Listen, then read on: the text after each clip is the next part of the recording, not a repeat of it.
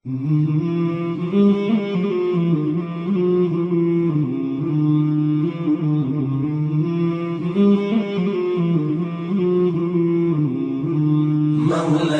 صل وسلم دائما أبدا على حبيبك خير الخلق كلهم. اللهم صل على سيدنا ونبينا وشفيعنا وحبيبنا ومولانا صلى الله تعالى عليه وعلى آله وصحبه وبارك وسلم. اللهم صل على محمد وعلى آل محمد كما صليت على إبراهيم وعلى آل إبراهيم إنك حميد مجيد. اللهم بارك على محمد وعلى آل محمد كما باركت على إبراهيم وعلى آل إبراهيم إنك حميد مجيد. نحمده ونستعينه ونستغفره ونؤمن به ونتوكل عليه ونعوذ بالله من شرور أنفسنا ومن سيئات أعمالنا. من يهده الله فلا مضل له ومن يضلله فلا هادي له. الذي أرسل رسوله بالهدى ودين الحق ليظهره على الدين كله وكفى بالله شهيدا. أما بعد فقد قال الله تبارك وتعالى فأعوذ بالله من الشيطان الرجيم. بسم الله الرحمن الرحيم.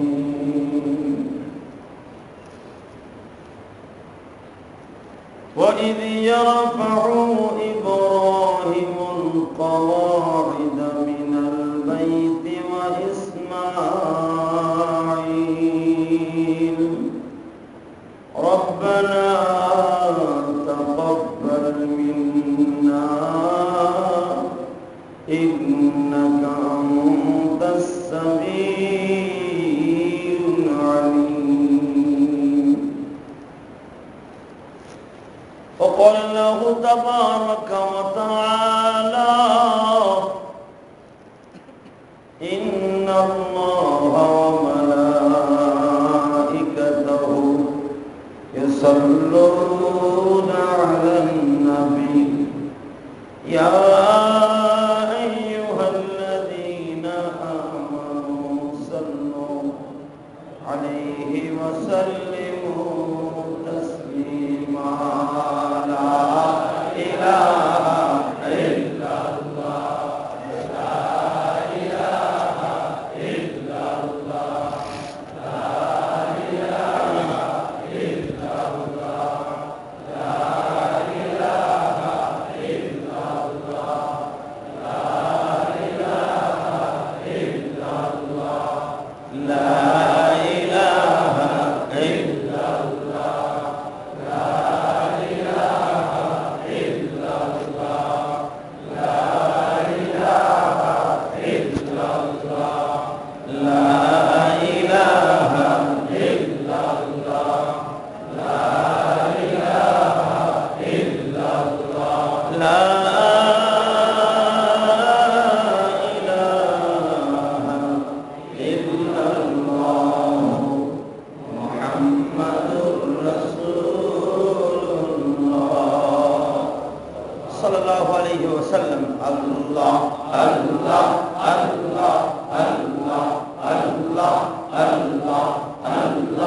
আল্লাহ আল্লাহ আল্লাহ আল্লাহ আল্লাহ আল্লাহ আল্লাহ আল্লাহ আল্লাহ আল্লাহ আল্লাহ আল্লাহ আল্লাহ আল্লাহ আল্লাহ আল্লাহ আল্লাহ আল্লাহ আল্লাহ লা ইলাহা ইল্লাল্লাহ মুহাম্মাদুর রাসূলুল্লাহ সাল্লাল্লাহু আলাইহি ওয়াসাল্লাম। সমস্ত প্রশংসার মালিককে। আজকে একটু ঠান্ডা আছে, এই জন্য ঘুমাইছে না? জুমার নামাজ পড়তে এসে ঘুমাসে? হ্যাঁ, অনেক মুসল্লি ঘুমাসে, রাত্রে অনেক চিন্তা ভাবনা করে ঘুমায় না। মসজিদে ইয়া সময় লস করে লাভ কি, বেটা বয়ে বয়ে ঘুমায়। এমন আছে না নাই? আর হুজুররা কয় মসজিদ হলো শান্তির জায়গা, শান্তির জায়গা অশান্তি করে লাভ কি, ঘুমাই দিই। তাই জুমার নামাজে যখন দাঁড়ায় তখন চোখটা ডলে আর কয় হায় রে কোন সময় কি হয়ে গেল রে। এরকম জুমার নামাজ পড়তে এসে লাভ আছে? হ্যাঁ, জোরে কান যে বেটা জিমাই হার কানের মধ্যে দেন। এ ভাইরা, তাহলে সমস্ত প্রশংসার মালিককে। ভাই আল্লাহর প্রশংসা করছি, সকলে বলে আলহামদুলিল্লাহ। বান্দায় যখন আল্লাহর প্রশংসা করে আল্লাহ তখন হাসতে থাকে। আল্লাহ বলতে থাকেন লা ইন শাকারতুম লাযীদান্নাকুম ওয়া লা ইন কাফারতুম ইন্না আযাবি লাশাদীদ। বান্দা নেয়ামত পাই আমার শুকরিয়া আদায় করবা, নেয়ামত বাড়ায় দেব। সুবহানাল্লাহ। ওয়া লা ইন কাফারতুম, আমার নাশুকরি করবা, ইন্না আযাবি লাশাদীদ, এমন কঠিন আযাব দেব তোমার পরে, আযাব গজব এমন ভাবে চাপায়া দেব তুমি কল্পনাও করতে পারবা না যে আমি আল্লাহ কি করতে পারি। সুবহানাল্লাহ। অনেকে বলে না বেটা আমি যে তোরে কোন জায়গায় লয়ে যাব তুই নিজেও জানোস না। আল্লাহ বলেন আমি তোরে কোথায় লয়ে যাব তুই জানোস না। বান্দায় কোথায় লয়ে যাবে এটা বান্দায় জানে, ঠিক না বেটা? কতটুক হয়তো জেল, ফাঁস না মৃত্যু, কিন্তু মৃত্যুর পরে যে একটা জিন্দেগি এটা দুনিয়ার কেউ জানে না, যেটা আল্লাহ জানে, ঠিক না? মরার পরে কি হবে কেউ জানে? আরে আজ থেকে কয়েক বছর আগে আপনারা হয়তো শুনছিলেন, পেপারও আসছিল, কবরের ভিতরে আযাব কি পরিমাণ হয়, ফেরেশতারা কি কথা কয়, এইটা বোঝার লেগে যারা বৈজ্ঞানিক এরা একটা টেপ রেকর্ডার দিছিল, একটা যন্ত্র কবরের মধ্যে দিছিল যে মুনকার নাকি নেককার নাকি কোরআন হাদিসে আছে, উলামা একরাম বলে, মুসলমান ধর্মে আছে, দেখি না এরা কি বলে, কবর সত্য না মিথ্যা এটা প্রমাণ করার জন্য বৈজ্ঞানিক খ্রিস্টানেরা একটা টেপ রেকর্ডার কবরের মধ্যে দিছিল। এটা রাসূলের হাদিসকে তারা উপেক্ষা করছিল যে এটা মিথ্যা, যদি মিথ্যা না হয় তাহলে অবশ্যই কিছু কথাবার্তা হলে তো আমরা বুঝতে পারবো। বুঝেন নাই?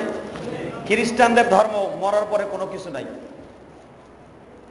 মানুষ হয়েছে প্রাকৃতিক, মরে যাবে প্রাকৃতিক, এর পিছনে আল্লাহ আছে, কিন্তু কবরের ভিতরে কোনো কিছু নাই। এটা হলো বৈজ্ঞানিকদের থিওরি এবং খ্রিস্টান ইহুদিদের থিওরি। এটা তাদের বুঝ যে মরার পরে কোনো কিছু নাই, আর এটাই ছিল আবু জাহেলের বুঝ। নাউজুবিল্লাহ করেন। ভাইরা, এই খ্রিস্টানরা সাদা চামড়ার এই ভদ্রলোকরা তারা আবিষ্কার করে এমন একটা টেপ রেকর্ডার বানাইলো, তারা তার বের করে আবার মাইক লাগাইছে যে কবরের ভিতরে কোনো কথাবার্তা হইলে তো আমরা শুনতে পারবো। হাদিসে আসছে 40 কদম যাইবার পরে ফেরেশতারা আসে। রাসূল বলেছেন আরবাঈনা কদমান, 40টা কদম তুমি যাওয়ার পরে ওখানে দুইজন ফেরেশতা আসবে, মালাকানে ইয়াকাল মার রব্বুকা আমা দীনুক আমার নবিয়ুক, তিনটা প্রশ্ন করবে। রাসূল বলেন 40 কদম তুমি সমস্ত কবরের মানুষগুলো চলে যাওয়ার পরে দুইটা ফেরেশতা তোমার কবরে ঢুকবে, মালাকানে দুইজন ফেরেশতা ঢুকবে, ইয়াকাল তারা বলবে মার রব্বুক, বলো তোমার রবকে। যদি আপনি নেককার হন বলবেন রব্বি আল্লাহ। কি বলবেন? পারবেন তো? বুঝুন যে এইটা বোঝার লেগে খ্রিস্টানরা টেপ রেকর্ডার দিচ্ছে। এই হাদিসকে তারা চ্যালেঞ্জ করে যে সত্য না মিথ্যা, আমার রব্বি তোমার রবকে, রব্বি আল্লাহ, আমার দীনুক তোমার নবীকে, দিয়ান ইসলাম আমার ধর্ম হলো ইসলাম। সুবহানাল্লাহ। আমরা যে কবরে গেলে বলে খালি কবে ইসলাম ইসলাম কইলে হে মাফ হয়ে যাবে, আর আমরা যদি বলি আনা ইহুদি আনা নাসরানিয়া, আমাকে কোনো মাপ নাই, দেখি না কি কয় বেটা। এটা হলো তাদের চ্যালেঞ্জ। এরপরে তৃতীয় নাম্বার কোশ্চেন, আমার নবীক, তোমার নবীকে জিজ্ঞাসা করবে, মান হাযা রাজুল, এই ব্যক্তির চিনো কিনা? নবীর ছবিটা ফেরেশতারা টানাই দেবে। দুনিয়ায় নবীর ছবি নাই, কিন্তু ফেরেশতারা দেখাইবো। সুবহানাল্লাহ বলেন। নবীর ছবিটা দেখার সাথে নেককার মানুষের ধা ধা করে চোখের পানি ছেড়ে দিবে। যাহার জন্য দুনিয়া তুমি বানায়া, কত সুন্দর করে তুমি সাজাইয়া।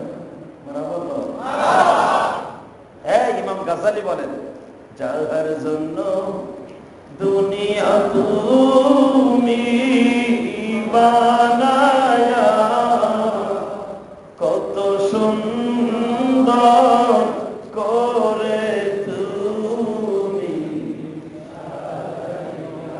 কিরে, গান্ধী তালে তাল দেন, নবীর ইশকের কথাগুলো কেন মুখে আসে না? গৌরব দেখান। হ্যাঁ, ইমাম গাজালি বলেন, নবীর ইশকে যারা কবিতা বলবে, আমরা বলি বাংলায়, পারস্যের লোক বলে পারস্যে, ফার্সিতে, সৌদি আরব বলে আরবিতে, ইংলিশম্যানরা বলে ইংরেজিতে, আমরা বাঙালি, আমরা বলবো বাঙালিতে। ঠিক না বেটি? কত সুন্দর করে তুমি সাজাইলা। ইমাম গাজ্জালী বলেন, দুনিয়ার পাগলেরা রে, যদি কোনদিন নবীর ইশক তোমার অন্তরে একবার জেগে যায় গো, নবীর ছবিটা যখন কবরে জিজ্ঞাসা করবে, মান হাযার রাজুল, এই ব্যক্তির চেননি, চেননি এই ব্যক্তিকে, সঙ্গে সঙ্গে বলে, হাযা নবী মুহাম্মাদুর রাসূলুল্লাহ। নবী আমার বলেন মুহাম্মাদুর রাসূলুল্লাহ। বলার সঙ্গে সঙ্গে ওই দুইজন ফেরেশতা সাল্লাল্লাহু আলাইহি ওয়াসাল্লাম বলে উঠবে। কবরের মাঝখান থেকে আওয়াজ আসবে, আল্লাহর পক্ষ থেকে আওয়াজ আসবে, ফালবিসুহু মিনাল জান্নাহ ওয়া আবশিরুহু মিনাল জান্নাহ ফাফাতাহনা আবওয়াবাস সামা। আমার এই বান্দার কাছে আর কিছু জিজ্ঞেস না, জান্নাতের বিছানা বিছিয়ে দে। ওয়া আবশিরুহু মিনাল জান্নাহ, জান্নাতের খুশখবরি আমার বান্দারে শুনিয়ে দে।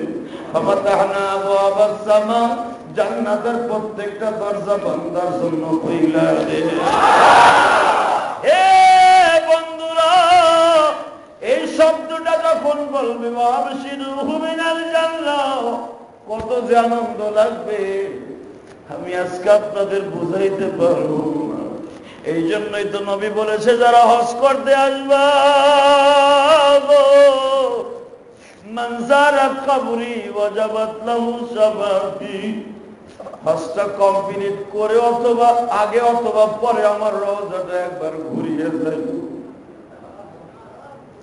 মান যারা কবরি, আমার কবরটা যে জীবনে একবার জিয়ারত করবে, ওয়াজাবাত লাহু শাফাআতি, আমি নবী তারে পারবো না সুপারিশ না করে জান্নাতে যাইতে। আমার সুপারিশ তার জন্য ওয়াজিব হয়ে যাবে। ও আমার হাজী ভাইরা, যারা গেছেন বা যাইতেছেন, যারা আশায় বুক পেতে বসে আছেন, আমি গুনাহগার আপনাদেরকে বলে দিয়ে গেল, মসজিদের কোনায় বসে কাঁদবেন আর বলবেন, মাহবুবে কবে নিবা সোনার মদিনায়, কবে নিবা সোনার মদিনায়, বলবা কি আমায়,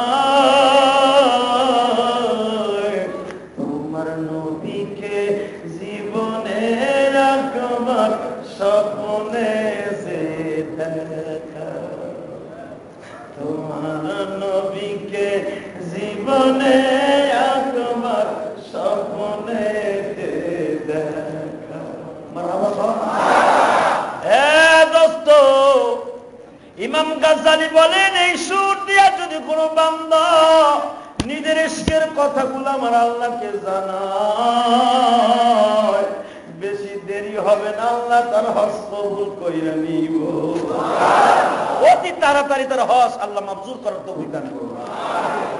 ভাইরা, তাহলে সমস্ত প্রশংসার মালিককে। তো এইরকম ভাবে খ্রিস্টানের বাচ্চারা এটা প্রমাণ করার জন্য টেপ রেকর্ডার দিছে। ঠিক 40 কদম মানুষ যখন গেছে, কবরের ভিতরে খালি একটা আওয়াজ হয়েছে, আওয়াজ মারহাবা বল, আরো জোরে কর। আমার আল্লাহর সাথে চালাকি করতে চায়, আমার আল্লাহর ক্ষমতা তারা চ্যালেঞ্জ করতে চায়। তিনি যে দুনিয়া বানাইবার আগে একটা ডিক্লারেশন দিয়েছেন, আন্নাল কুওয়াতা লিল্লাহি জামিআ, আমার ক্ষমতাকে তাহাইয়া করার মতো, আমার ক্ষমতাকে চ্যালেঞ্জ করার মতো, আমার ক্ষমতা যে কত পৃথিবীর কোন ম্যান, পৃথিবীর কোন মাখলুক আমি বানাইনি। আমি হলাম সুপ্রিম পাওয়ার, সর্বশ্রেষ্ঠ শক্তিমান আমি আল্লাহ। আন্নাল কুওয়াতা লিল্লাহি জামিআ, সর্বময় ক্ষমতার মালিক আমি আল্লাহ। হেরা আল্লাহর ক্ষমতা দেখার লেগে, নবীর কথা চ্যালেঞ্জ করার লেগে টেপ রেকর্ডার বানাইছে। খালি বোমের মধ্যে একটা আওয়াজ হয়েছে, তাকে তারের জায়গায় ঠিকই আছে, তারের ভিতরে কয়েল আছে না? হ্যাঁ,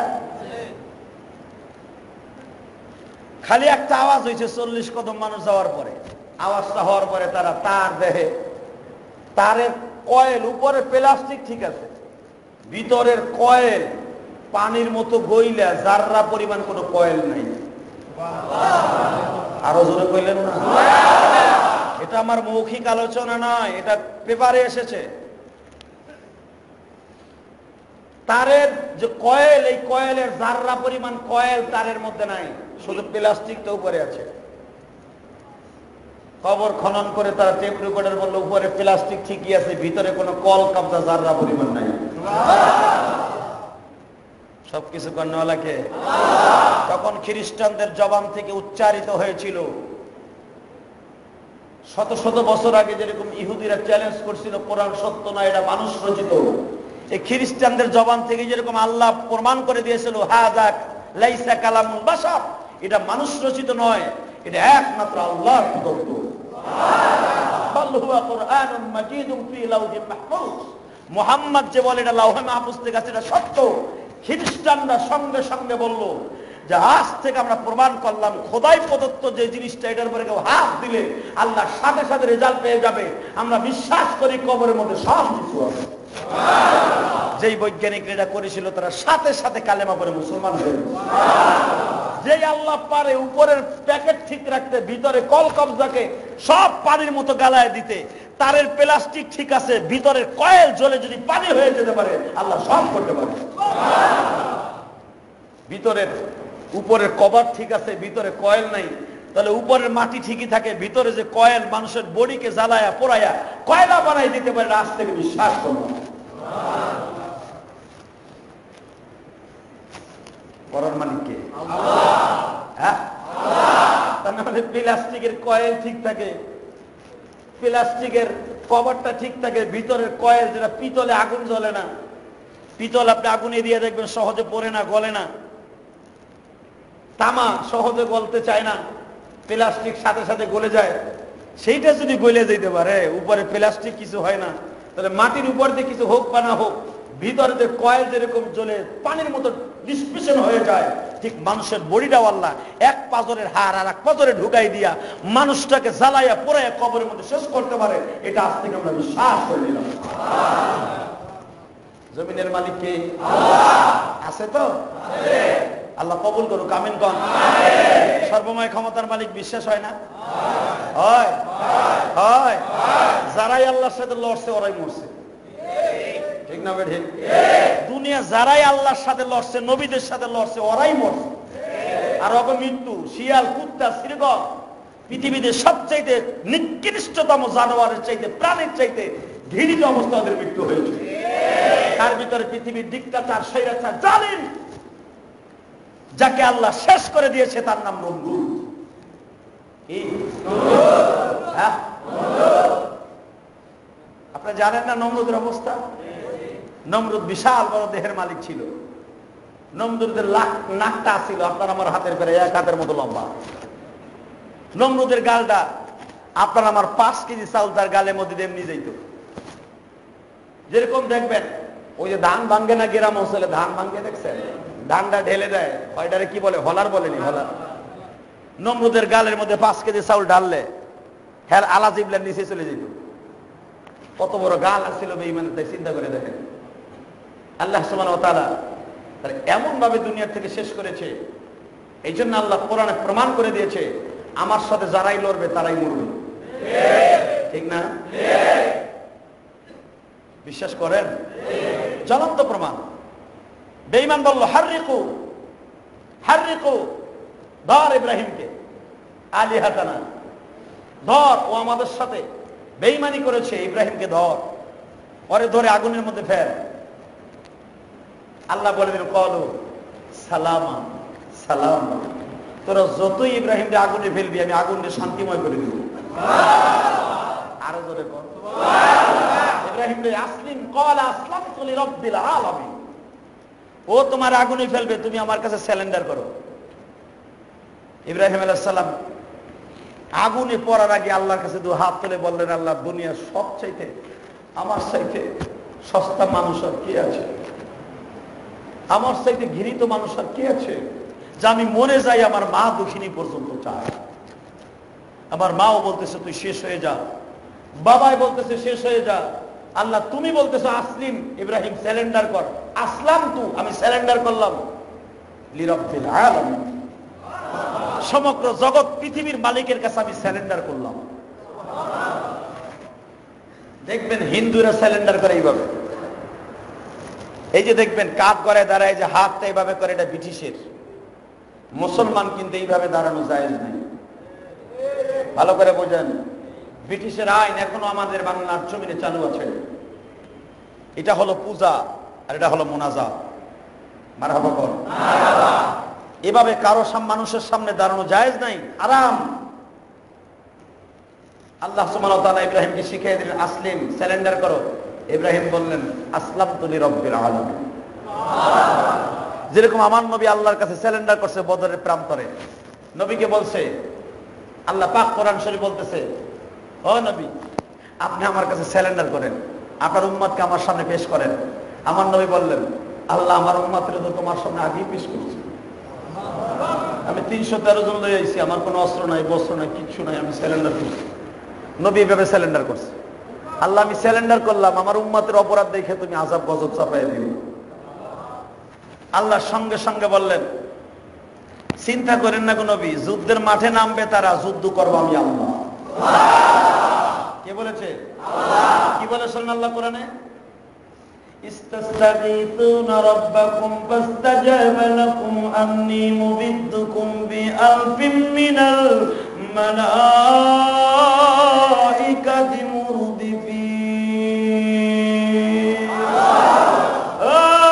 নবী আপনি যখন সারেন্ডার করছেন গো, ইস্তাস্তাগীথুনা রাব্বাকুম ফাস্তাজাবা লাকুম আন্নী মুবিদ্দুকুম, যখন আমি আল্লাহ দেখছি আপনার অন্তর ঠিক আছে, আমার কাছে সারেন্ডার করছেন, আমি আল্লাহ আপনার জন্য বিআলফিন মিনাল মালাইকাতি মুরদিফিন 1000 ফেরেশতা আমি তসবির দানার মতো নামাই নিয়ে দিলাম।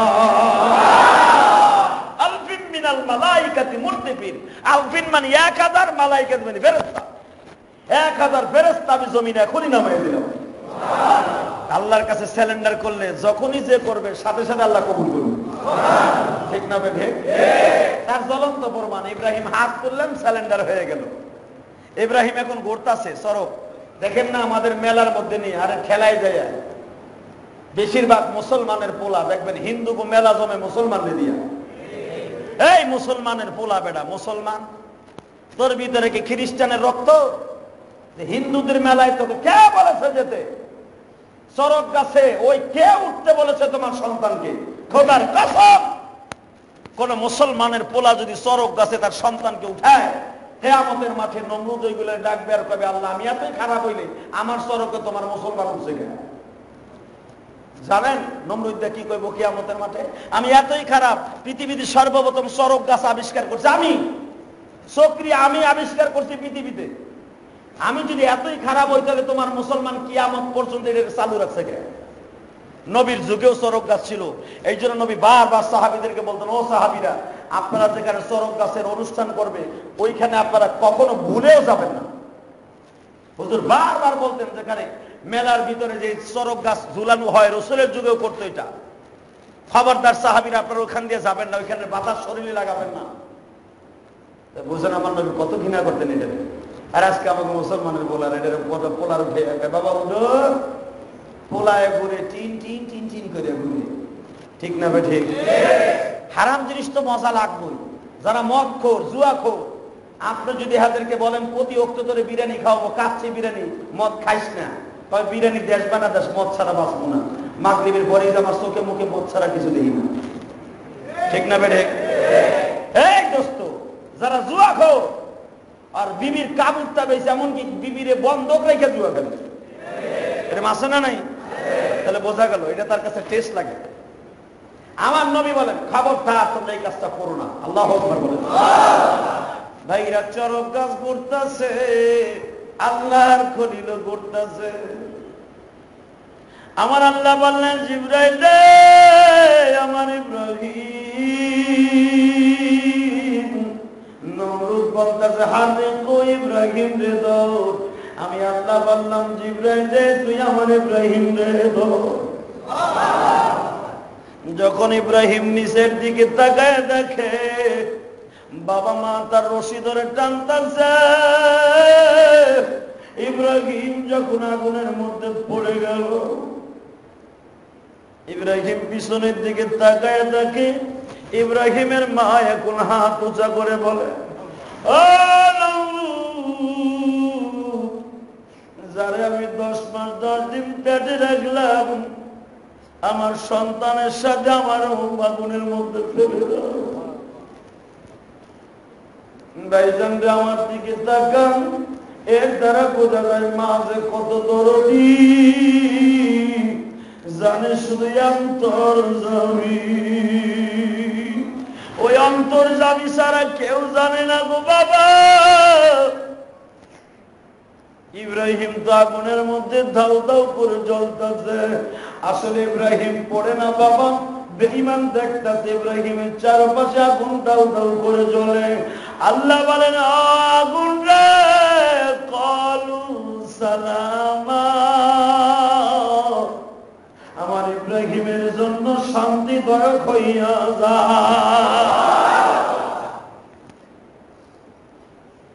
আগুন রে বললো, শান্তি হয়ে যা, শান্তি হয়ে গেছে। এমন শান্তির শান্তি।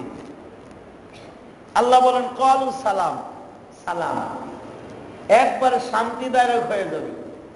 এখন শান্তিদায়ক হতে যাইয়া এমন তাপ ইব্রাহিমে দেয় নাই যে ইব্রাহিম কষ্ট পাবে, আবার এমন ঠান্ডা আগুনে দেয় নাই যাতে ইব্রাহিম ল্যাপ খেতে লাগবে।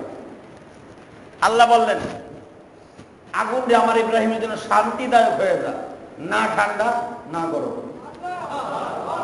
কি হইল? না ঠান্ডা, একটা অন্যরকম একটা পরিবেশ। জিবরাইলকে বলা হলো, আমার ইব্রাহিমের জন্য চেয়ার টেবিল সাজা। আগুনে পড়ার আগেই উনি যে পড়তো, পর ঘুরলি দিয়ে পড়ছে যে চেয়ারের উপর। ইব্রাহিম মনে করছে এই যে আমি শেষ। হ্যাঁ, যাই দেখে বাবা রে বাবা, গদিমার কাছে একটু পরে দেখি খাট লাগানো হয়েছে, একটু পরে দেখি কেটা জানি হাত দিয়ে ধরে চেয়ার টেবিল লয়ে যেতেছে। সব ইব্রাহিম চোখ দিয়ে দেখতেছে, মারহাবা করো। একটু পরে একজন বলতেছে, শুনেন কি আপনি আরো কিছু চান? আরো কিছু দেই। ইব্রাহিম বলে, তুমি আমার দেওয়ার মতো কিছুই না, তুমি ভালো করারও কিছু না, মন্দ করারও কিছু না। যিনি আমার চেয়ার টেবিল দিয়ে দিচ্ছে উনি আমার সব দিতে পারেন। পাশের লোকটা বলতেছে, আপনার প্রমোশন আরো 2 গুণ বেড়ে গেল। আপনি যদি বলতেন যে হ্যাঁ যা লাগে দিও, আমি চাইলে দিও, তাহলে কমিয়ে যেতে, চেয়ার টেবিল লয়ে দিতাম না, ভাঙ্গা থালো আপনারা দিতাম না, বরং আগুনের মধ্যে ঢুকাই দিতাম। কিন্তু আপনার মুখতে ভালো বের হয়ে গেছে, তুমি আমারে কি দিবা? যে আমার আগুনে চেয়ার দিয়েছে এই দিয়ে দিব, যে আমার জন্য শান্তিদায়ক করে দিয়েছে আগুনটাকে, তিনি আমার সবকিছু দিবে। আপনার প্রমোশন আরো 2টা বেড়ে গেছে। তাহলে দেয়ার মালিক কে? সবাই বলেন না একটু? আল্লাহ আছে তো? জাতির ভিতরে দিছে, আপনারা দিব না কেন? ভাইরা আমার দিকে তাকান, আল্লাহর খলিল ইব্রাহিম আগুনের মধ্যে বাবা যখন বলছে আল্লাহ তুমি সব কিছু দেনেওয়ালা, আমার আল্লাহ এক এক করে নিয়ামত পাঠাইতেছে। একটু পরে দেখে যে এই লোকটা বলছিল ইব্রাহিম রে যা চাবেন তাই পাবেন, দুই হাতে দুইটা প্লেট লইয়া চেয়ারের উপরে টেবিলের পরে সাজায় বলে খান। ইব্রাহিম বললেন আমি তোমার কথায় খাবো না, যিনি আমার খাওয়ান দিছে তার বলতেই হোক। আওয়াজ হইতেছে, কারণ ইব্রাহিম তখনও তো নবী হয় নাই বাবা। জিবরাইল শুধু মানুষের ভেসে আসতেছে, ইব্রাহিম নবী জানে এই লোকটা যে কোনো ফেরেশতা হবে। বাম পাশে মিকাইল ফেরেশতা, কারণ মিকাইলের দায়িত্ব হলো রিজক বন্টন করা, জিবরাইলের দায়িত্ব হলো আল্লাহর পক্ষ থেকে বাণী পৌঁছায় দেওয়া। রিজক যখন মিকাইল নিয়ে আসছে গো দোস্ত, ইব্রাহিম নবী তার দিকে তাকায় বলে আমার মন বলে তোমার নাম মিকাইল। আরো জোরে ডান পাশে তিনি দাঁড়িয়ে আছে, মুস্কি মুস্কি হাসতে সুন্দর চেহারা, বলে আমার মন বলে তোমার নাম জিবরাইল। এ দোস্ত, দুইজন স্বীকার করতে বাধ্য হলো ঠিকই বলেছেন, আপনি ঠিক কথাই বলছেন। ইয়া ইব্রাহিম قد صدقت الرؤيا كذلك نجزي المحسنين। আল্লাহ যার উপর ইহসান করেছে এই সত্যবাদী হয়ে যায়। আপনি আসলে সত্যবাদী গো ইব্রাহিম, নতুন করে একটা আপনি উপাধি পাবেন, এই আগুন থেকে বের হওয়ার পরে পেয়ে যাবেন। এই দোস্ত, আল্লাহর খলিল ইব্রাহিম তার মধ্যে 40 দিন রইলেন। 40 দিন গত হয়ে যাচ্ছে, এই 40 দিনের ভিতরে অনেক উত্থান পতন হয়ে গেছে। নমরুদের মেয়ের নাম ছিল জামিলা বাবা, মারহাবা কন্যা। আর একটা ভাইটার ছিল নাম ছিল তার উসাইলা। নমরুদের বাবা একটা পালক মেয়ে ছিল উসাইলা, ইব্রাহিমকে তার জানের চাইতে বেশি ভালোবাসতো। দেখবেন বাবা যত খারাপ হোক অনেক সময় ছেলে মেয়ে ভালো হয়ে যায়। এরকম ইব্রাহিমের বাবা মা কিন্তু মুশরিক, ইব্রাহিম কিন্তু নবী। এই জন্য বাবার সন্তান খারাপ হইলে মা বাপকে কখনো দোষ দিবেন না।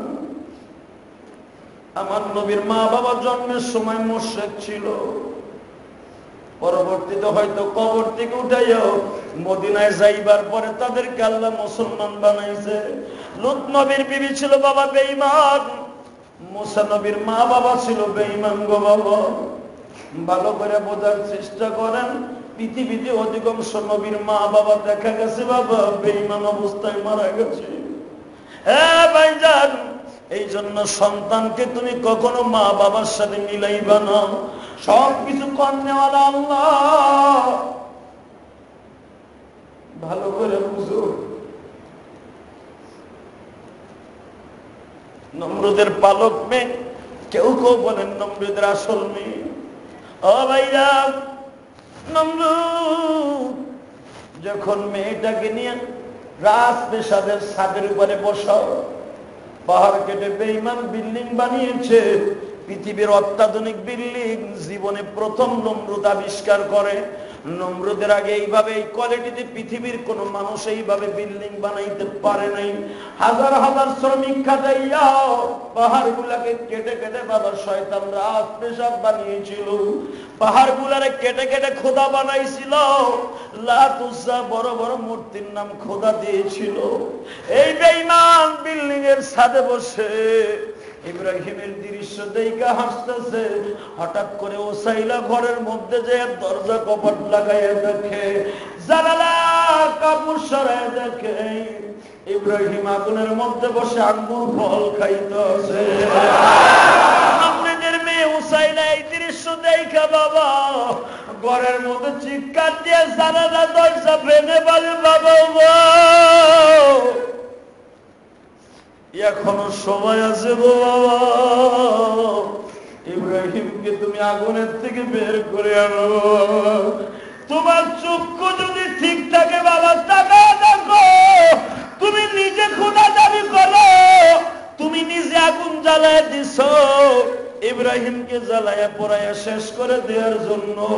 আর ইব্রাহিমের খোদা ইব্রাহিমের জন্য আগুনটাকে ফুলের বাগান বানিয়ে দিছে। বাজান এই দৃশ্য কিন্তু নমরুদ চোখ দিয়ে দেখছে। ইব্রাহিম আগুনের মধ্যে বসে আঙ্গুর ফল খাইতেছে, কাদের সাথে যেন গল্প করতেছে। ইব্রাহিম আগুনের মধ্যে ছোটাছুটি করতেছে।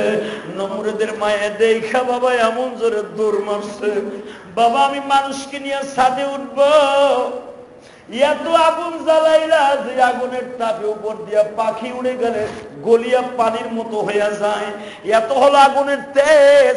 এই আগুনের তেজে যদি গাছ গাছটা অন্তত 1.5 কিলোমিটারের মধ্যে গাছ গাছটা তরুলতা সবকিছু পুড়ে একবার সারকার হয়ে গেল, কিন্তু ইব্রাহিমের একটা পশম পর্যন্ত পুড়ল না।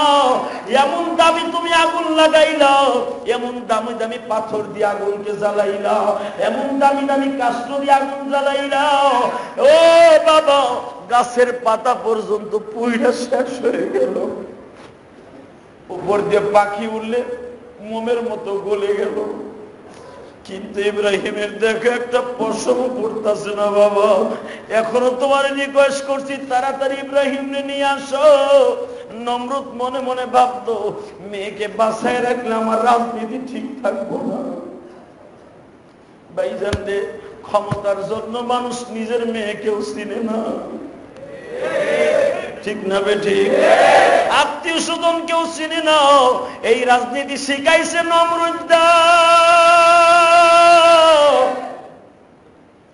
এই রাজনীতির আবিষ্কারক হলো নমরুদ, পৃথিবীতে প্রথম। নিজের ঐতিহ্য ধরে রাখার জন্য কি করে দেখেন, বড় একটা হাতিরি লইয়া উসাইলার সামনে যে বলে, তুই বল ইব্রাহিমের যা দেখছর মিথ্যা। মেয়ে বলে, বাবা গো জীবন দিব, সবই দিব, ভালোবাসি ইব্রাহিমের খোদাকে, যে ইব্রাহিমের খোদা তামাম জাহান এত সুন্দর সাজাইছে। এই কথা বলার সাথে বাবা হাতুড়ি দিয়া মঞ্জুরে মায়ের মাথায় বাড়ি মারল, মাথার চারাটা ফাটিয়ে বাবা চূন্য বিচূর্ণ করে দিল বেঈমান। যখন উসাইলার জীবন শেষ হয়ে যায়, যাইবার আগে বাবার কাছে বলে দিয়ে যায়, বাবা গো যেমনে করে তুমি আমার মাথায় বাড়ি দিয়ে আমাকে শেষ করে দিলা, এমন একদিন আসবে বাবা তুমিও মাথায় বাড়ি খাইয়া মরবা। বাজান রে, আল্লাহ পারে না এমন কোন জিনিস নাই, ঠিক না বেঠিক? বাবা তুমি আমারে মাথায় বাইরে শেষ করলা, তুমিও বাড়ি খাইবা। আমারে বাড়ি দিয়েছে লোহার হাতুড়ি দিয়া, আর তুমি বাড়ি খাই আমার বাজুতা দিয়া। এটা কিন্তু তার মেয়ের ভাষ্য ছিল। বাবা আল্লাহ বললেন উসাইলের কথাটাকে রেকর্ড কর। আমি আল্লাহ ভাবছিলাম আমার মৃত্যুটা অন্যভাবে রাখবো, কিন্তু মেয়ে যখন দরখাস্ত করছে আমার বান্দি, হে আজরাইল রে, উসাইলের জানটা তুই আনবি, জান্নাতের রুমালের মধ্যে সুন্দর করে দাফন করিয়া। দোস্ত ভালো করে বোঝার চেষ্টা করো, আজ থেকে 4800 বছর আগে উসাইলাকে যখন আজরাইল হাজার হাজার ফেরেশতা নিয়ে রিসিভ করার জন্য আসছে, এই রূহটাকে বের করার জন্য। এই জন্য আমার নবী বলেন ইরজিই, আল্লাহ বলেন ইরজিই রব্বিকি রাদিয়াতাম মারদিয়া ফাদখুলি ফি ইবাদি ওয়াদখুলি জান্নাতি। বান্দা আমি তোরে পাঠাইছিলাম, আমি আল্লাহ ডাক দিছি ইরজি, আমার দিকে আসো। ফাদখুলি ফি ইবাদি, আমার কাছে আসার আগে ইবাদতগুলো কমপ্লিট করো। যারা ইবাদতগুলো ঠিক করে দুনিয়ার থেকে আসবা, ফাদখুলি ফি ইবাদি ওয়াদখুলি জান্নাতি, আমার কাছে আসার সাথে তোমার একটা পুরস্কার দিব, আমার জান্নাত দলিল করে দিব। যেটা উসাইলার জন্য এখন ব্যবহৃত হচ্ছে। ও ভাইরা, আজরাইল ডাকতাছে, ইরজি ইলা রাব্বিকি রাদিয়াতাম মারদিয়া। ও উসাইলা, তুমি তোমার রবের দিকে চলো। তোমার রাস্তাকে সাজানো হয়েছে, তোমার জান্নাতটাকে ফুলসজ্জা বাসরঘর বানানো হয়েছে, তোমার জন্য রব অনেক কিছু বানাই রেখে দিয়েছে। উসাইলা বাজান জীবন যখন শেষ হয়ে যায় তখন মুস্কি মুস্কি হাসতেছে। নমরুদ্দা জিজ্ঞেস করে, ঘটনা কি? এত মার দিলাম, মরার আগে হাসে কে? মাথার রক্তগুলা গাল দিয়ে চোয়ায় চোয়ায় পড়ে। নমরুদ দেখে তার মুস্কি মুস্কি হাসি। মেয়ে যাইবার আগে বলে, বাবা গো, ফাদখুলি ফি ইবাদি ওয়াদখুলি জান্নাতি। আমি আমার রবের ইবাদত করছি, আমার রব আমার জন্য বাবা যাইবার আগে তোমার দাওয়াত তাবলীগের কাজ করে দিয়ে গেলাম, দাওয়াতটা দিয়ে গেলাম গো বাবা, তুমিও যদি আমার মতো রবের ইবাদত করো। ফাদখুলি ফি ইবাদি ওয়াদখুলি জান্নাতি। এই কথা বলার সাথে বাবা নমরুদ ওই হাতুড়ি দিয়ে মুখের উপরে বাড়ি মারে। এই মুখের চলটা ভাঙিয়ে একবারে চলের সাথে লাগিয়ে যায়। চালটা যেরকম ভাবে পাতার উপরে দিয়ে পুঁতে যেরকম শেষে গো বাবা, উসাইলার মাথাটাকে সেই উসাইলের শহীদ হয়ে যায়। এই জন্য আমার নবী বলেন, সাহাবীরা রে, এই ঘটনা জিবরাইল যখন আমার কাছে বলতেছিল তখন আমি সুমাইয়ার ইতিহাসটা সামনে নিলাম। আমি দেখলাম পৃথিবীতে সর্বপ্রথম ইসলামের জন্য যারা যারা জীবন দিছে তাদের মধ্যে মহিলাদের সংখ্যা বেশি। ও বাজান আমার দিকে তাকান, ইব্রাহিম নবীর উম্মতের মধ্যে তখন ইব্রাহিম নবী নাও, নমরুদের মেয়ে সত্যের বাণী প্রচার করতে যে শহীদ হলো। নবীর যুগে মক্কা জিন্দেগিতে নবী যখন কানের মধ্যে শুনলেন সুমাইয়াকে তারা শহীদ করে দিয়েছে, নবী বিবরণ জানতে চাইলেন সুমাইয়াকে কেমনে শহীদ করা হয়েছে। ও বাজান, জিবরাইল নবীর বাড়ির সামনে দিকে পাহাড় গুলারে সরায় দিলেন।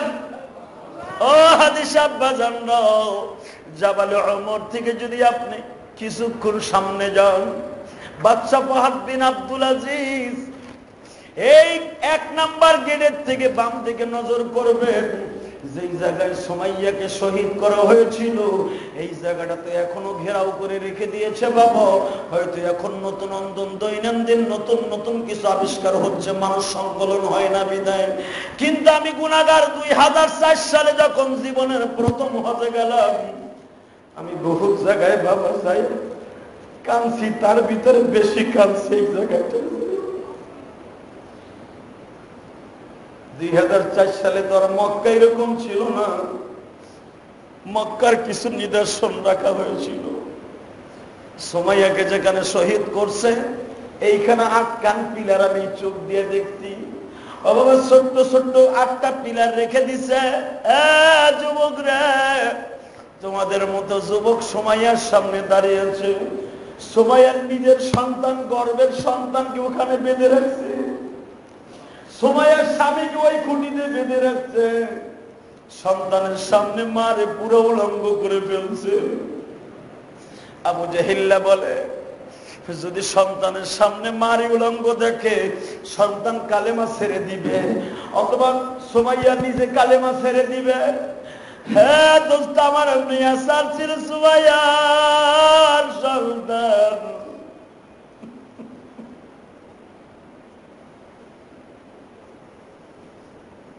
সুমাইয়ার সমস্ত শরীরের কাপড়কে খুলিয়ে বেঈমান গুলা 8-10 জনের সুমাইয়ার এইভাবে ধরছে, পিছনে বাঁশ বাঁধছে যেন হাতটা না এক করতে পারে। এইভাবে বাবা হাতের উপরে বাঁশ বাঁধতে শক্ত করে সুমাইয়ার রাখছে, ঠ্যাঙের মধ্যে বাবা বাঁশ বাঁধতে রাখছে। সন্তানের সামনে বলতেছে, দেখ তোর মার অবস্থা,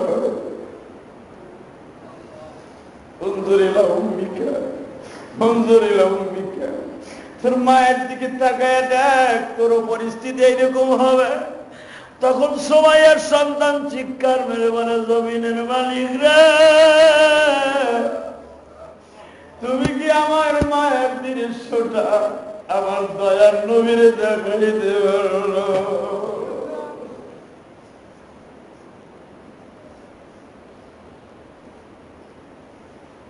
একমাত্র কুলাঙ্গার সন্তান ছাড়া মায়ের কষ্ট দেখে সহ্য করতে পারবে, ঠিক না বেঠিক? যুবক, তুমি যদি দেখো তোমার মা হাসপাতালের মৃত্যুর যন্ত্রণায় ছটফট করছে, তখন তুমি কি দিয়া, বাড়ি গাড়ি দিয়ে কি করবা, দোকান পাট দিয়ে কি করবা? দুনিয়ায় তুমি কি ভাবছো? ইসলাম এত সোজা নয়, ইসলাম এত সোজা নয়। একটা মহিলা মাবুদের জন্য কি করতে পারে শুনো, আর সময়ের জন্য 2 ফোঁটা পানি ফেলো। লক্ষ লক্ষ হাজিরা তো সেই সময়ের গেট দিয়ে ঢুকে,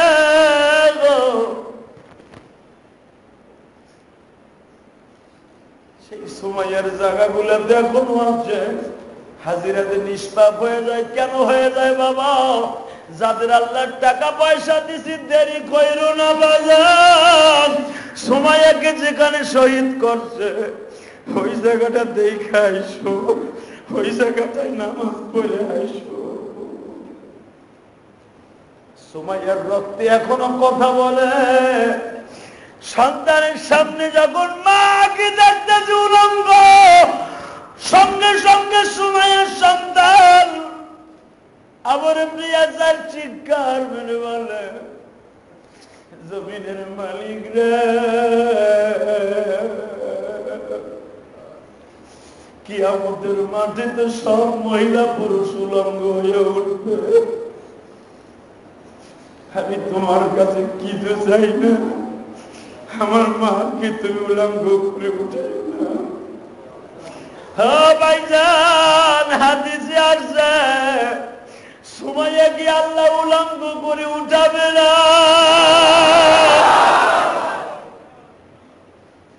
ভালো করে বুঝো, কয়েকজন মহিলাকে আল্লাহ উলঙ্গ করে উঠাবে না, তার ভিতরে আমার নবীর বিবিগণ মা ফাতেমা, নবীর মা মেনা, তাদের কাতার বন্দী হয়ে যাবে এই সুমাইয়া। এটা কিন্তু সন্তানের দোয়া গো বাবা। আল্লাহ জালেমদের অত্যাচার অতিষ্ঠ হয়ে আজকে মার জন্য কিছু করতে পারি না। সুমাইয়ার সন্তানের হাত পায়ে শিকল লাগানো বাবা, মাকে শুধু এক নজর দেখছে, মা শরীরে কাপড় নাই। সন্তান একটা চিৎকার দিয়া বলে, ও জমিনের মালিক আল্লাহ, তোমার সাহায্য দেখতে চাই।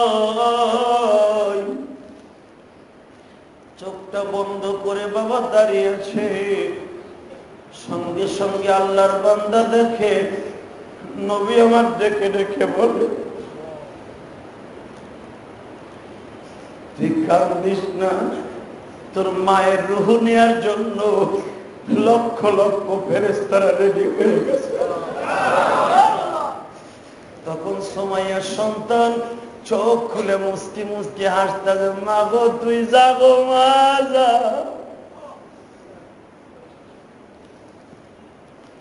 তুই যাগো মা যা।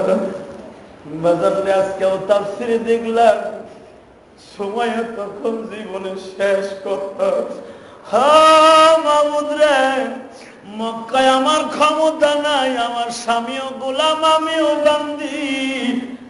যদি তোমার বান্দি হইয়া যাইতে পারি মনে দুঃখ নাই, তবে যারা আমাকে শেষ করে দিচ্ছে আমার রক্তের বিনিময়ে তুমি ইসলামকে মক্কার ভূখণ্ডে দুলণ্ঠিত করবা না, তুমি ইসলামকে একদিন এই জমিনে প্রতিষ্ঠিত করবা। আমি যদি শুনতে পারি এই মক্কার ভূখণ্ডে মুসলমান জয়লাভ করেছে, আমি সুমাইয়া কবরে বসে আল্লাহর কাছে দোয়া করব, আল্লাহ আমার রক্তের বিনিময়ে ইসলামকে মক্কায় প্রতিষ্ঠিত করেছে। বাজান রে সুমাইয়া, ওদিকে নমরুদের মাইয়া উসাইলা, জোরে কোন মারহাবা। সুমাইয়ার ইতিহাস আপনারা জানেন, শুধু আবার একটু নতুন করে বলে দেই গো বাবা। সুমাইয়াকে একবার, যেটা বলা হয় বাংলায় আপনারা বুঝবেন, মানুষের ঘুমানোর কোয়ালিটি তিনটা। একটা হলো একবারে ভূত হওয়া, আর একবার হলো একবারে চিত হওয়া, আর একবার হলো কাইত হওয়া। ঠিক না বেঠে? সুমাইয়াকে বাবা হাত পায়ের মধ্যে প্যারাক মারছে, শরীরের মধ্যে কোনো কাপড় নেই, শক্ত শক্ত পিঠের মধ্যে পাথর বিছাইছে, পাথরের প্রত্যেকটা কণা সুমাইয়ার মাংস ঢুকে গেছে।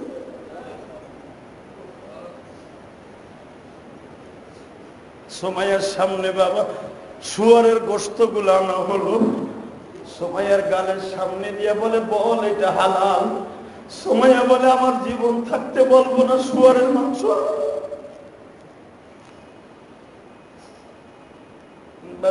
বোঝার চেষ্টা করে। সুমাইয়াকে যখন কোন রকম ভাবে পারে না, শয়তান আবু জেহেল এ বেঈমান বহু দূরের থেকে দেখতেছে, মহিলারে কোন রকম ভাবে শেষ করা যায় না, ইসলামের থেকে সরানো যায় না। বাবা এত বড় একটা বললম, বিষাক্ত বললম আগুনে পোড়াইয়া লাল করিয়া সুমাইয়ার সামনে ঘুরাইয়ার বলে, বল তুই মুহাম্মাদের পরিবর্তে, তোর পরিবর্তে মুহাম্মাদকে এইটা মারতাছি। সুমাইয়া জিহ্বাটা বের করে বলে, বেঈমান রে, আমি সুমাইয়ার হাজার জীবনের বিনিময়ে আমার নবীর গায়ে একটা কাটা ফুটতে আমি দিব না। বেঈমান যখন রাগ হয়ে কি করলো জানেন দি?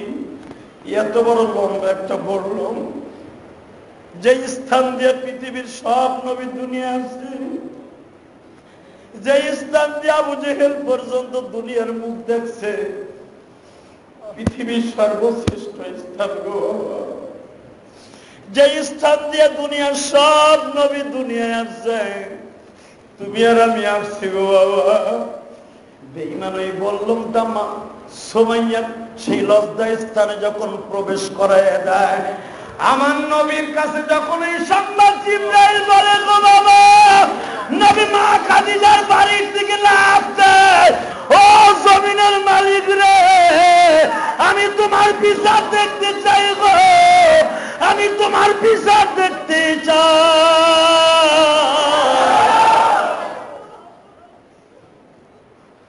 পৃথিবীতে এমন নিষ্ঠুরতা কে মেনে নিবে? আমার নবীকে আল্লাহ সান্ত্বনা দিয়া বলে, নবী গো,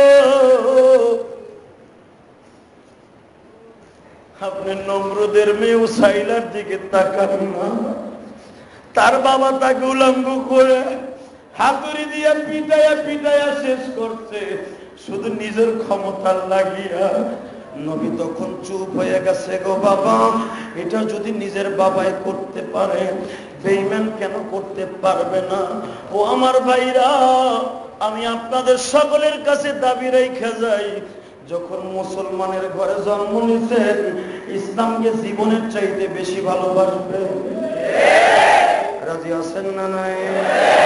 দেখেন উসাইলার দোয়ায় কি হয়ে যায়। উসাইলা জীবনের শেষ বাক্য, আল্লাহ, ইব্রাহিমকে আমার বাবা ফেলছে আগুনের মধ্যে জ্বালাইয়া পোড়াইয়া মারতে, আর তুমি যখন ইব্রাহিমের আগুনকে শান্তিময় করে দিয়েছো, ইব্রাহিম এই ইরাকের জমিনে, এই মিশরের জমিনে বাদশা বানায় দিবা। ইব্রাহিমের ধর্ম বাদশাহী হিসাবে আছে না নাই? জোরে কর, জোরে কর।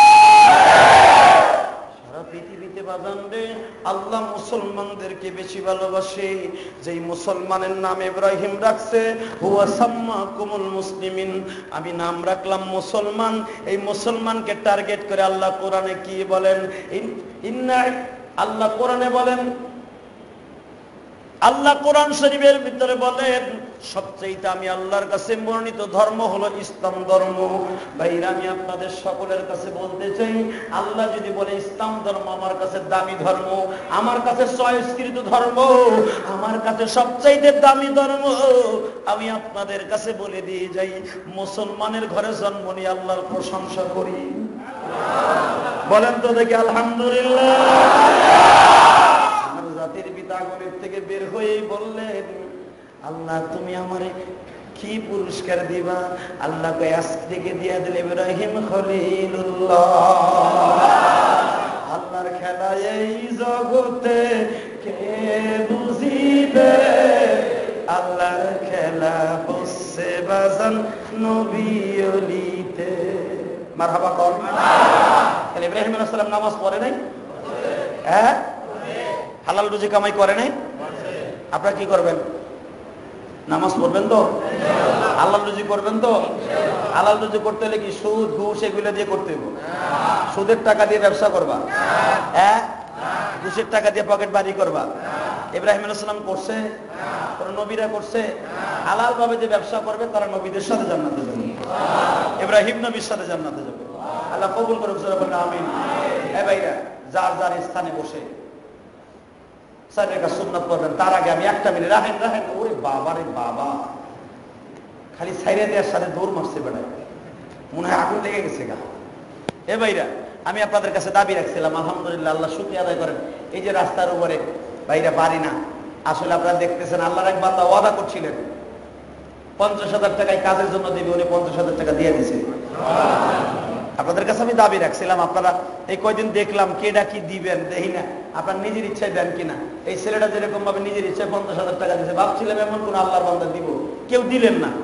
এখন আমি আপনাদের জন্য ওখানে যেও দোয়া করবো, যদি আল্লাহ কবুল করে। জানি না, যাওয়ার আগে তো মইরেও যেতে পারি, হয় না? অনেক হাজি দেখা গেছে যে এখনো যাইতে পারেনি, যাইতে পারবে কিনা অনিশ্চিত। ট্রাভেলসের সমস্যা হয়েছে, বয়সের সমস্যা হয়েছে, বিমানবন্দরটা ফিরাই দিছে, এমন হতে পারে। আল্লাহ কবুল করলে হয়তো যাবো, ঠিক না বেঠিক? দোয়া চাই, আমি আপনাকে ওখানে যেও দোয়া করবো, স্পেশাল দোয়া করবো আপনার জন্য। আমার নিজের জন্য আমি চাই নাই, আল্লাহর ঘরের জন্য চাইছি। এই রাস্তার উপরে এই কামটা করার লেগে আল্লাহর কোনো বান্দা আছেন 10,000 5,000 টাকা দিবেন, দাঁড়ান প্লেটের মধ্যে, হুজুর আমার মার জন্য বাবার জন্য আপনি দোয়া করবেন। এই মক্কা মদিনায় যাইয়া বলেন থেকে আছেন 10,000 5,000 টাকা এই কাজের লেগে দিবেন। আল্লাহর কোন বান্দা আছেন? দাঁড়ান তো ভাই, কে কি দিবেন? কত? 5,000 দরকার মারহাবা। এই লোকটা প্রতিবারে যতবার আমি কালেকশন করি ততবারই 5,000 10,000 করে দিচ্ছে। আর কে দিবেন বলেন তো? 5,000 10,000 টাকা দেওয়ার মতো এই কাজটা খুব দ্রুত ধরবো ভাই। কত? 1,000। হ্যাঁ বল, আল্লাহ কবুল করে, জোরে কোন আমিন। গরিব মানুষ ওর 1,000 টাকা, ধনীর 1 কোটি টাকার সাথে দামি। বলেন তো 5,000 10,000 টাকা দেওয়ার মতো আর কে আছে? হুজুর আমার মায়ের নামে বাবার নামে দিব। হুজুর কে দিবেন বলেন তো? আর কেউ আছেন 5,000 10,000 টাকা দেওয়ার মতো মায়ের নামে বাবার নামে? বলো যুবক ভাই, লাভ দিয়ে দাঁড়াও না, একটু দাঁড়াও, দেখায় দাও। আল্লাহর ঘরে কামের জন্য দিবা, বলো আর কি দিবা? আর কোন আল্লাহর বান্দা আছেন? আর কেউ দেওয়ার মতো আছেন 5,000 10,000 টাকা? অনেকে আছেন হুজুর আমি গোপনে দিব, আমি প্রকাশ্যে দিব না। আপনারা অনেকে আমার কাছে ওয়াদা করছেন, আমি দোয়া করি।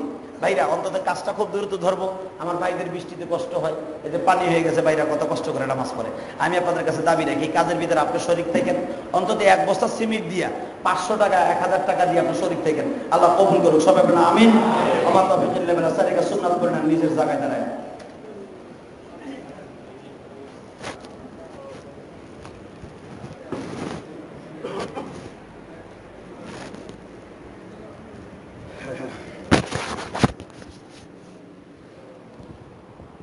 ظلمنا أنفسنا وإن لم تغفر لنا وترحمنا لنكونن من الخاسرين ربنا فاغفر لنا ذنوبنا وكفر عنا سيئاتنا وتوفنا مع الأبرار رب العالمين হাজার হাজার মুসল্লি জুমার নামাজকে আদায় করে তোমার শাহী দরবারে হাত তুলেছে। মেহেরবানি করে এদের গোটা জিন্দেগির গুনাহগুলি মাফ করে দাও। আল্লাহ, যেই সময় লক্ষ লক্ষ হাজিরা তোমার বাইতুল্লাহ জুমার নামাজ পড়ার জন্য রেডি হইতেছে, আল্লাহ লক্ষ লক্ষ হাজিরা জুমার জন্য পাগলের মতো ছুটে যাইতেছে। এই মুহূর্তে তোমার বাংলাদেশের মুসল্লিদের কি বুক ভরা আশা লইয়া জুমার নামাজকে পড়লাম, মেহেরবানি করে আমাদের জুমার নামাজগুলি কবুল করে না। যারা আমার সঙ্গে আমিন আমিন বলছে, যারা বাইতুল্লাহ এখনো যাইতে পারে নাই, বুক ভরা আশা লইয়া বয়ে রয়েছে, তোমার যারা এখন চিৎকার মরে মাবুদ বলে ডাক দিবে, এদের নসিবে কবে হজ রাখবা জানি না। যেই সমস্ত হাজি ভাইরা এখন বিমানে আছে, বিমান বন্দরে আছে, যারা এখনো জিদ্দায় আছে, যারা পথে আছে, যারা যাবে, যারা নিয়ত করছে, প্রত্যেকের হজগুলি তুমি কবুল করে নিও। বাংলাদেশ থেকে যত হাজিরা যাবে আল্লাহ সকলকে কবুল করে নিও। সারা পৃথিবীর হাজিদেরকে কবুল করে নিও। বাংলাদেশ থেকে হাজিরা যারা নিয়ত করছে সবাইরে যাওয়ার তৌফিক দাও। সকলের হজকে কবুল করে নাও, সকলের হজকে কবুল করে নাও। আল্লাহ যাদেরকে নিয়ে হাত তুলেছি, জানি না কার যেন জনম দুঃখিনী মা নাই, কার যেন জনম দুঃখ মেয়া বাবা নাই রে। যাদের বাবা মা কবরে চলে গেছে, মেহেরবানি করে তাদের কবরগুলি জান্নাতের বাগান বানিয়ে দাও। আল্লাহ যাদের মা বাবা বেঁচে আছে তাদের সবাইকে মাফ করে দাও। সকল যারা অসুস্থ আছে সুস্থ বানিয়ে দাও। আল্লাহ যারা দোয়া চাইছে তাদের সকলকে কবুল করো। আল্লাহ জুমার আগে কত যুবক আমার কাছে যে দোয়া চাইছে, কেউ বলে হুজুর আমার আব্বা আম্মা অসুস্থ, কেউ বলে আমার মা নাই, কেউ বলে বাবা নাই। যারাই দোয়া চাইছে, যারা চায় না এখন চাইতেছে, সকলকে তুমি মাফ করে দাও। যারা চাকরির জন্য দোয়া চাইছে কবুল করে নাও। আল্লাহ যারা গাড়ির ব্যবসা করে, গাড়ির বিপদ আপদ থেকে হেফাজত করো। আল্লাহ তুমি আমাদের দোয়া কবুল ও মঞ্জুর করো। আল্লাহ আমাদের সকলকে হজ করার তৌফিক দান করো। আল্লাহ হজ করার তৌফিক দান করো। আল্লাহ হজ করার তৌফিক দান করো। আল্লাহ যারা করতে পারে নাই করার তৌফিক দাও। আল্লাহ যারা যাচ্ছে তাদেরকে কবুল করে নাও। সমস্ত বিপদ আপদ থেকে হেফাজত করো। হজের আমলগুলো অত্যন্ত কষ্ট গো আল্লাহ। অনেক বিরুদ্ধে হাজিরা, অনেক বিরুদ্ধে হাজি সাহেবরা যাবে, সকলকে হজ করার সহি সালামতে তৌফিক দান করে দাও। আল্লাহ আমাদের দোয়া কবুল ও মঞ্জুর করে নাও। সাল্লাল্লাহু তাআলা আলা খায়রি খালকিহি মুহাম্মাদি ওয়া নূরি আরশিহি সাইয়্যিদিনা মাহুম বিরহমাতিকা ইয়া আরহামার রাহিমিন।